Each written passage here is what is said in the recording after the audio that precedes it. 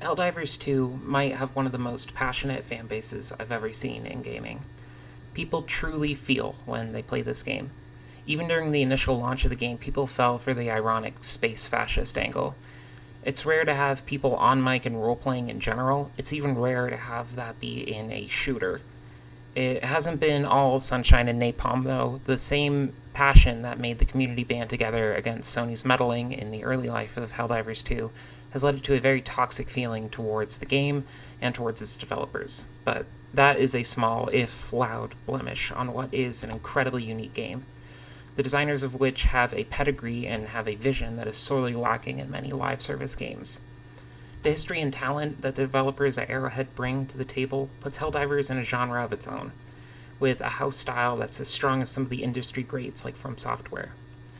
Helldivers 2 is a much stranger and complex game than a lot of people will give it credit for. It makes decisions that fly completely in the face of established shooter trends and market demand. Helldivers 2 is also one of the more deceptive games when it comes to its fundamental mechanics and its design intent. From a distance, it looks like a third-person shooter. Many of its mechanics appear similar to extraction shooters, like Escape from Tarkov, dropping into an instant server, questing for objectives and tasks, meta progression with unlockable equipment.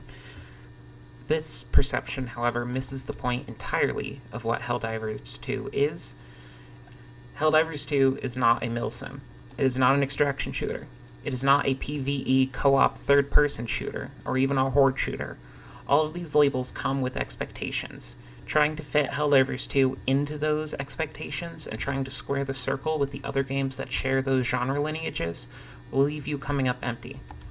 To understand what Helldivers 2 is, and why it made such a huge impression on so many people, it's useful to look at the first time the Helldivers dropped in to save managed democracy. 2015's Helldivers did not make a huge impression on release. Game Informer dedicated barely a paragraph to the game in their March 2015 issue, and the comment section of their video review has about a dozen or so comments, all from years ago. All in all, Helldivers 1 sold about 4 million copies during its lifespan. Helldivers 2 also sold 4 million copies in its first month. As a sequel to a 10-year-old game, that is staggering. It proves that Arrowhead has created something truly special. What is so interesting for me coming into the series with Helldivers 2 is the consistency from one title to another. Theming, enemy design, basic gameplay systems, weapons. The layout of the Super Destroyer is updated, but retains its basic layout and design. There is such a strong through line from one game to the next that it feels like Helldivers 2 could be retrofitted back down into a twin-stick shooter, and it would still be just as good. It's amazing that despite the major change to framing and perspective, that so many things carry over. One of the elements that really struck me was the end of mission screen. You extract with your squad, Pelican 1 flies into the sky, and you see a beautiful shot of the curved horizon, Super Destroyer engines burning like stars out in the distance. It is such a good moment in both games. There's this sense of accomplishment and relief, feeling like you truly conquered something impossible. And then you get a breakdown of your squad's performance, your XP, currency, modified and payout by missions completed and Helldivers extracted. Some elements have changed. In Helldivers 2, there's more focus on the completion of side objectives, where in Helldivers 1, there was more a focus on individual action and modifiers based on that. The core of this small moment is so strongly connected between the two games that it kind of shocked me how similar they are. This is what I find so interesting in Helldivers 2. The game comes from a long line of development that had such a specific style. Even though the presentation of the mechanics is different, the soul of Arrowhead's previous titles still shine through. Friendly Fire was put in the spotlight of much of the press that surrounded Helldivers 1 on release. For a top-down co-op shooter, this is a pretty big mechanical swing. Many twin-stick shooters would let you fire blindly through your teammates to keep the combat feeling energetic and free-flowing. It makes it easier to dodge attacks and deal with hordes of enemies if you don't have to obey muzzle discipline. To a lot of players and critics, this was surprising and occasionally frustrating. To Arrowhead, this is just how they do things. Magicka had set the template for Arrowhead with its success, and now Friendly Fire would make an appearance in its games from then on. The obvious mechanical changes this makes is that it makes it very easy to kill or be killed by your friends in a hectic firefight. The turrets, especially, have absolutely zero safety features and will cause an OSHA violation if you are anywhere downrange of them. The knock-on effect this has is that it forces a more cooperative playstyle, where communication and paying attention to what your allies are doing is extremely important. It makes the world feel more tactile, more real. It's also funny as hell. Even later in Helldivers 2, there isn't anything funnier than seeing somebody turn to paste by a falling drop pod. It adds to the world, hammering home that you are not humanity's hero, you are worthless, and your commanders don't even care to add basic safety features to your equipment, lest it cut into their bottom line. A unique selling point in both games, the Galactic War, is a long-running campaign where objectives are handed down to the player base, and all of the players contribute to the war effort. One planet will come under attack from an enemy faction, and the call will come to defend that planet. Each mission that the players complete adds a microscopic percentage to the total effort. In aggregate, the player base acts as an army, with everyone working towards a common goal. This is one of the elements that drew me and many others to Helldivers 2. The idea that we are in conversation with the game master and our fellow players number in the tens of thousands or hundreds of thousands, that we are all truly working together. It has the feel of a long-running D&D campaign, where your skills and war stories build over time into something that's beautiful and unique. It's an incredible decision that Arrowhead CCO Johan Pilstad has undertaken, and it's an experience that you can't really get anywhere else. The fact that this mechanic was present 10 years ago in the original game is what made me want to write this. It shows that the vision that Arrowhead has for their game is a solid one, and one that they have had for a very long time. This mechanic is what inspired the community of Helldivers 2 to become so passionate about the game. The combination of the tongue-in-cheek propaganda, the excellent theme, and the Galactic War makes this game feel real in a strange way. You genuinely feel like an elite soldier who's been fed lies about their enemy and sent into unwinnable battles over and over and over again until your raw determination and terminal brain rot lets you break through and come out on top. Wouldn't that feel uncomfortable, though? Role-playing as a fascist army, destroying and colonizing worlds for oil and democracy? It would, if the developers and the game weren't also in on the joke. The game is a satire, and the dissonance between what the game tells you it is and the actual experience of playing it is the heart of its comedy. You're told that you're an elite soldier, but in truth you are a dumbass who's going to kill their friends with an airstrike. In an interview with Rock Paper Shotgun, Johan Pilstad spoke on this comedic aspect of Helldivers 1. From the article, the humor comes from the sudden deflation of this built-up tension.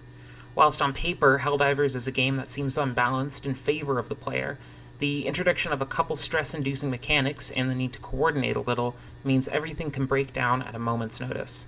The dark humor of the game then arises from the combination of the player's hubris and preconceived notions about how games should play. You can't really put it any better than that.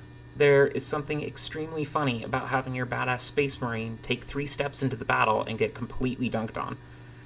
However, the comedic aspect of a game only works if the joke is consistent. If the system only produces the intended outcome at random, it stops feeling like a joke and just feels broken instead. In that same Rock Paper Shotgun interview, Patrick Lasota, lead designer for Helldivers 1, talked about the difficulty of creating comedy that comes from having a linear increase of difficulty and an expectation of success in each level. If a player is able to beat easier levels without difficulty and is able to find and use tactics that work reliably, they're going to expect that pace and those tactics to continue to work in the same way. If they reach a higher level and instead they get whacked over the head with a Looney Tunes mallet, they are probably not going to see the comedy in that. When you drop into the highest level difficulty, expecting to be able to use your skills to overcome the challenge, and instead you get blasted back and forth like a tennis ball for 5 minutes, that doesn't feel like slapstick comedy. That feels like bullying. This is why I said Helldivers 2 is a very strange and complex game when it comes to its systems and designs. From the outside, it looks like a shooter, and people expect shooters to have high skill ceilings, consistent and crisp mechanics, some kind of optimized meta playstyle that the devs will encourage and balance around. When you actually begin to play the game, it becomes clear that Arrowhead isn't building a typical shooter. They're building a co-op mosh pit where chaos and teamwork are the priority, and random bullshit deaths are expected and intended.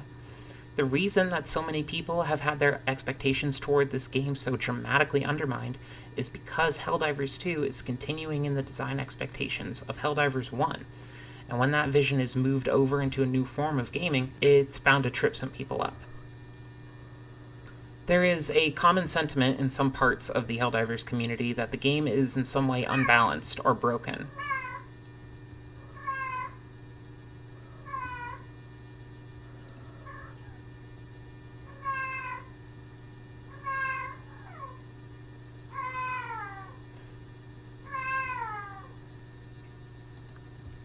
There is a common sentiment in some parts of the Helldivers community that the game is in some way unbalanced or broken. This perception seems to come from mechanics that deliberately deprioritize the individual and incentivize team play. Why are the primary weapons so weak? Why do so many enemies spawn on high difficulties? Why are dominant weapons quote-unquote nerfed? Why do weapons and enemies seem to behave so inconsistently? Why can't you just find a meta and stick to it and win? The heart of this feeling in the community is found at the heart of Helldivers 2 as a game. The developers have committed to maintaining the vision and style they have been working on since 2011, and this vision really grinds against modern game design orthodoxy. Many games will be cooperative in the sense that two people can play together, but their actual cooperation can boil down to just doing the same thing twice, instead of situations where you need to actually work together. Take Red Dead Online as an example. My wife has roped me into roaming the wilds of Red Dead Redemption 2 in search of riches and XP, and I enjoy the game thoroughly, but its actual requirement to play cooperatively is slight at best. You'll take in a bounty or drive a cart from one place to another, all the while the only meaningful difference to playing alone is having another gun at your side. That's fine, it works well enough, and the companionship with the other person you're playing with can make up for a lot. But it's not cooperative, not really. This is where Helldivers 2 diverges. Helldivers 2 takes more cues from true co-op titles, where it's basically impossible to play the game on your own.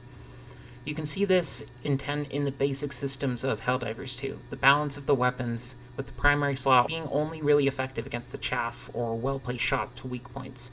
This necessitates covering fire, teamwork, and some amount of synergy between weapons.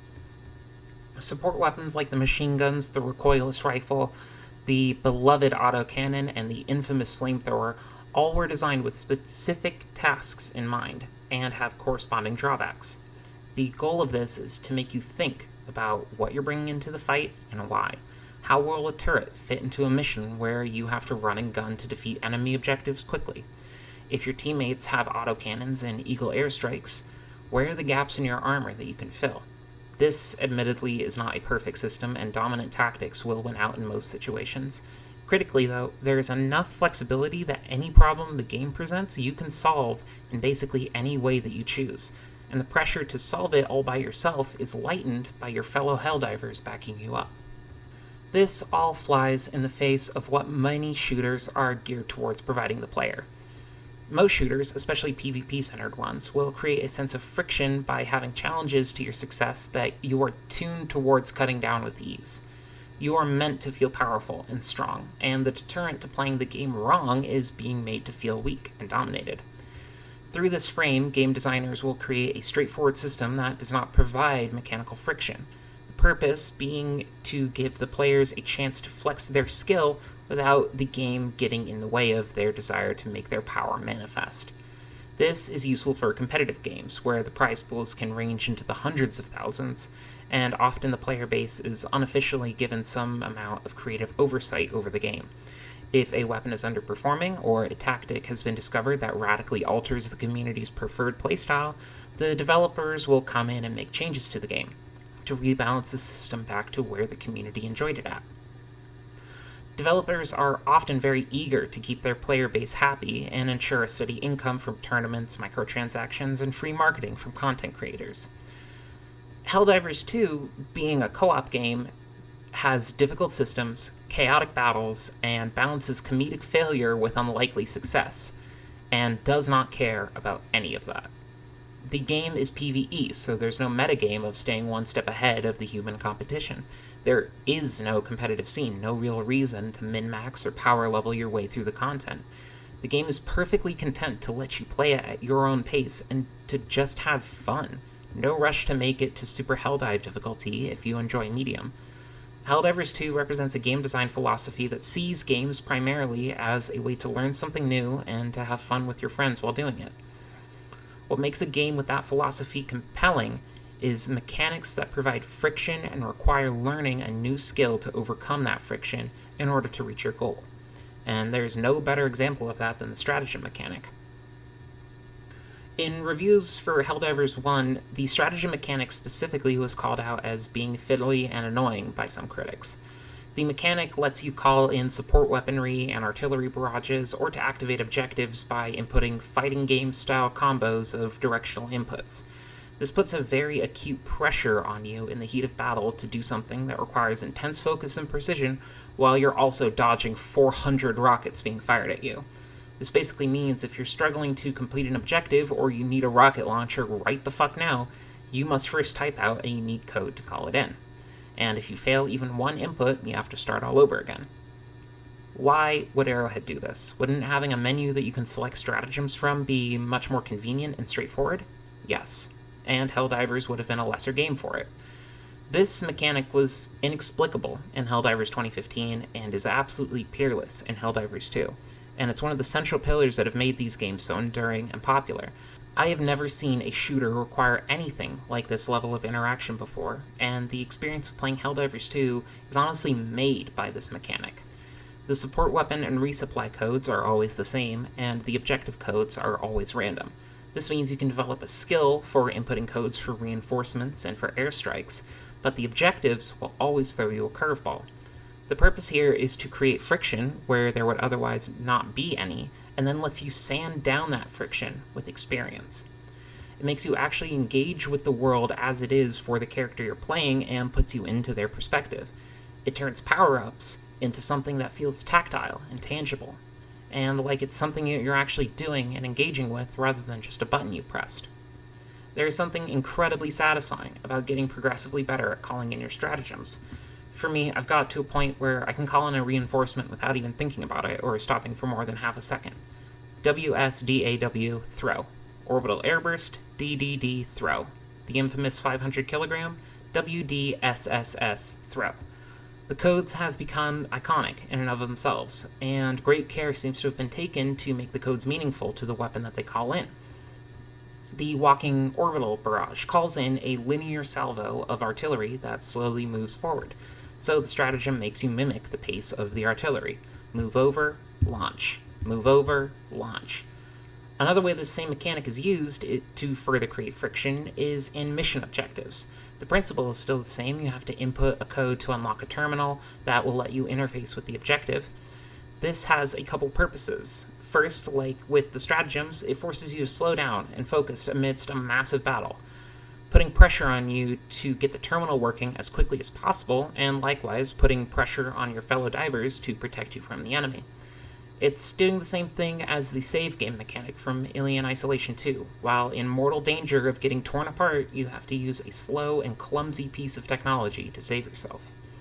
The second purpose is to further the world building of Super Earth's armed forces and their incompetent military dictatorship. There is no reason that turning on a radio antenna should be so complicated, but it reinforces the satire. It shows that Super Earth has a focus on flashy shock and awe weaponry, but can't make a simple on-switch work to save their lives. Nazis may have had the biggest tank guns, but that doesn't matter when you burn out the final drive gear within 10 miles of your staging ground.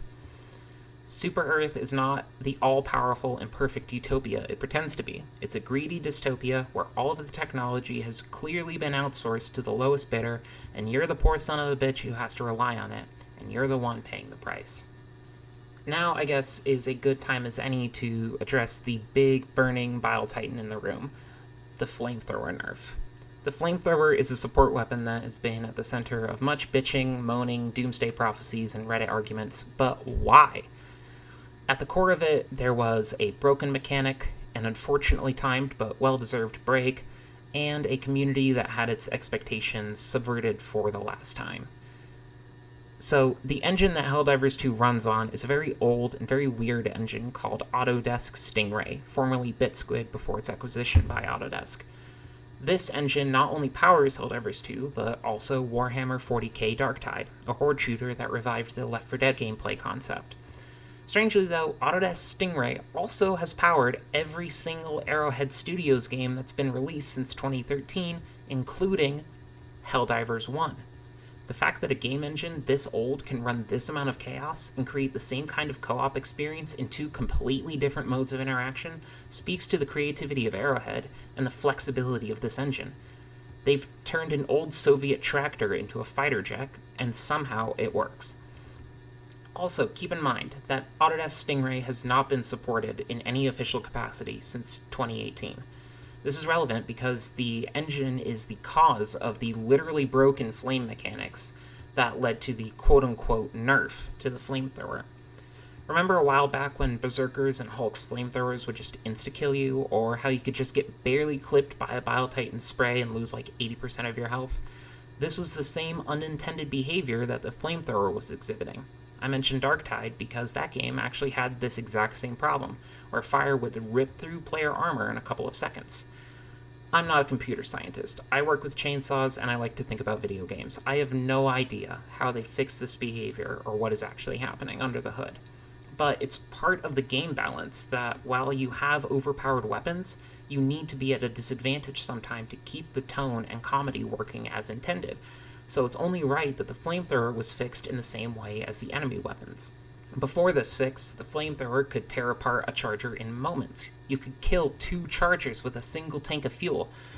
This obviously made it a dominant tactic and was part of the meta for a while, especially on high difficulty solo runs. The flamethrower being fixed caused the damage and armor destruction seemingly to plummet, even though the only reason it was doing that much damage to begin with was because of unintended behavior. This infuriated a certain group of people who relied on the flamethrower to trivialize many fights. The fix couldn't have come out at a worse time, because in parallel with the correction, a new battle pass themed around flamethrowers and flame weapons was announced. To add to this whirlpool of rage that began to pull in all of the ships of Super Earth's armed forces, many of the developers left for a well-earned summer break at the same time. Crunch has been an issue at Arrowhead since their breakout title Magicka, where Johan Peldstad and Emil Engelund worked themselves almost out of a friendship because of the pressure they put themselves and their 3-person staff under. When the small team moved on to Helldivers, there was a commitment to avoid the same downward spiral. In an interview with Polygon, Johan said, "I once read an article saying that the average career expectancy in the games industry is 5 years. That does not sound healthy. After Magicka, we decided we are not going to force anybody to work overtime ever again. We want to become a new breed of developers who look at games in a more professional way, a more mature way. We want to change the let's crunch till it's done mentality." With this in mind, it's good that the developers took their time off and didn't rush back from break to do damage control and right the ship of community sentiment. These are people. There is no contract or obligation for them to cater to our needs and wants and to provide a game that we enjoy or to make changes to their vision because it doesn't mesh with our desired outcomes. This reality and this attitude stands in direct opposition to prevailing game design. Studios in the AAA sphere will force developers to work inhuman hours for little pay in order to make changes and updates to please the loudest voices in their player base. This, in my opinion, is a toxic trend that puts artists and programmers at the mercy of a fickle audience in the name of continued profits. Johan and CEO Shams Jorjani made the right call by just letting people get angry and wear themselves out before coming back to make changes. And in the end, it seems that the pressure from the community is steering the ship somewhat at Arrowhead. While writing this, Johan has done Q&As on Discord revealing changes planned for the future. I sincerely hope they maintain their vision and intent with Helldivers 2. As their webpage proudly says, a game for everyone is a game for no one. Now, all of that is well and good, but it doesn't answer a pretty important question. If the flamethrower was broken in a way that favors the player, and the players obviously enjoyed using it, why change it? In the same way that we've talked about the stratagem mechanic being a sticking point that makes the game better by its presence, or how the comedy and war story generating gameplay only works because of the unsettling of expectations, having a win button kind of breaks the whole system. It makes you too powerful, potentially risking the entire tone of the game. What was and is true is that people want to deal with the hurdles that are set up for them in battle. As the dominant voices in the community have gravitated towards a solo, all-clear, super Helldives, no deaths type gameplay, desiring that frictionless power fantasy that lets them wield their skills unhindered, they have actually self-limited their options for dealing with the increased difficulty. As Commissar Kai says, you can't nerf teamwork.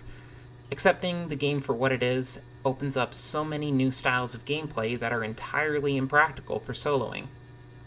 Many players complained that the flamethrower was the only viable option for dealing with the enemies on higher levels, which just isn't the case. The game is stocked full of stratagems and weaponry that can cut down any enemy if used in conjunction with your teammates' loadouts. Some people call Helldivers 2 a milsim, or that the developers are working towards realism, which confused me at first because this game seems to make a lot of choices that fly in the face of both of those intents. I think I understand what people mean by this, though. The game takes great care to simulate as much as possible and make things happen in real time rather than pulling from a dataset. For example, it's well known by now that all weapons do 1 less damage than the listed number, because the damage fall-off starts as the bullet leaves the barrel, leading to some frustration when people want a particular gun to kill something in 2 shots instead of 3. Why would they do this? Because Helldivers 2 is committed to not faking the space. Shoutouts to Jacob Geller. Almost everything is happening in simulation in Helldivers 2. Bullets are being tracked as they hit different armor types. Bombs and artillery shells don't just damage from their explosion. The shell itself carries weight and therefore does damage. You actually do more damage walking forward than you do walking backwards. You can even destroy buildings using smoke artillery shells. Just because of the sheer mass of the projectile flying in at that speed, it's enough to punch through buildings. When you drop in or call down a support weapon, it doesn't just spawn where you called it, it sends a real object flying down at the ground, crushing friend or foe. When you call in an airstrike, Eagle 1 does a low pass and lets the bombs fly. You have to keep in mind the terrain to avoid your 500 kilogram exploding harmlessly above your head. Sometimes you will call in napalm to stop the advance of a horde of Terminids, only for the orb to get stuck on a random hunter's carapace and have the airstrike location chase you down. It's this dedication to keeping as much as possible happening live and dynamically that makes the gameplay of Helldivers 2 feel so fresh and dynamic. The nature of these systems means that unpredictable outcomes will pop up, and each battle will feel like a unique engagement. This makes the game feel like a good tabletop session where everyone's hitting it off, the dice are hot, and the DM's rolling with whatever crazy bullshit you pull and yes-anding your every move. It turns faceless randos into comrades at arms, and playing the same basic mission type over and over again into a story that you and the game are writing together. Speaking of stories you and the game are writing together, y'all remember Malevelon Creek? That was one of the most batshit things to happen in the gaming community in recent memory.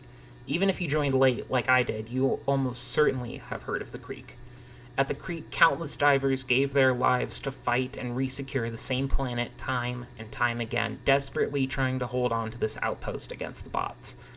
Was this planet strategically important? Was it the focus of a pre-written plot beat? Was there some reward to keeping the Creek free? No. But it meant something to the community. People produced art, propaganda, music, told stories. It became a rallying cry for the Helldivers.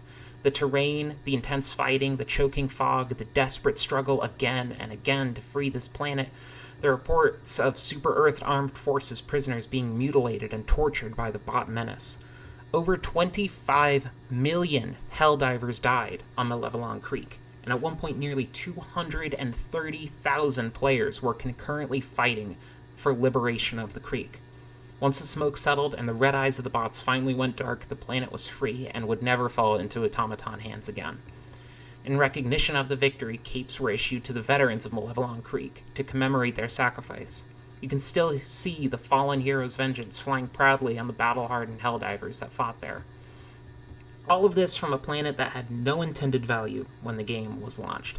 But nonetheless, it became a rallying point, a symbol of what the community could do when it banded together and put their efforts towards a common goal. It was the heart of the early days of the game. The community was fresh off the victory against Sony requiring PSN registration for Steam players and limiting release in many countries. People review bombed the game, produced propaganda saying we dive together or not at all, and rallied around a game that had only been out for a few weeks, with the dedication and the fervor of time-tested comrades.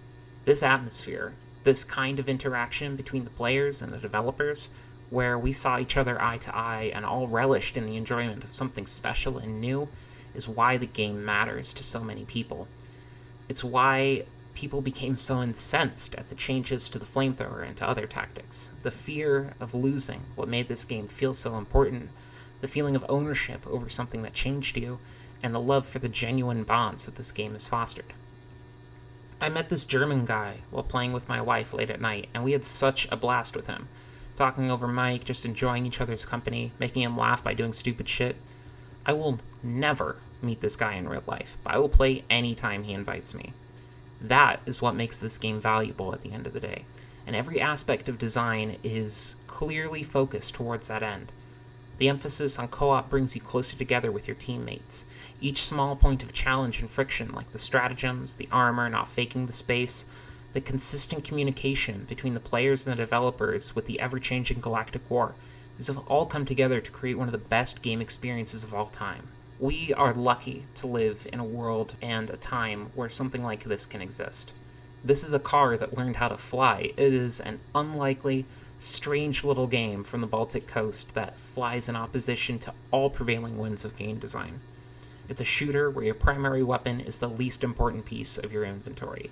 It's a horde shooter that got hundreds of thousands of people to ironically roleplay as stormtroopers. It is a massive third-person shooter running on a decades-old engine that is mostly 2D platformers and twin-stick shooters in its catalog. It is a game that nerfs flamethrowers right before dropping a war bond based around flamethrowers, and I would not have it any other way.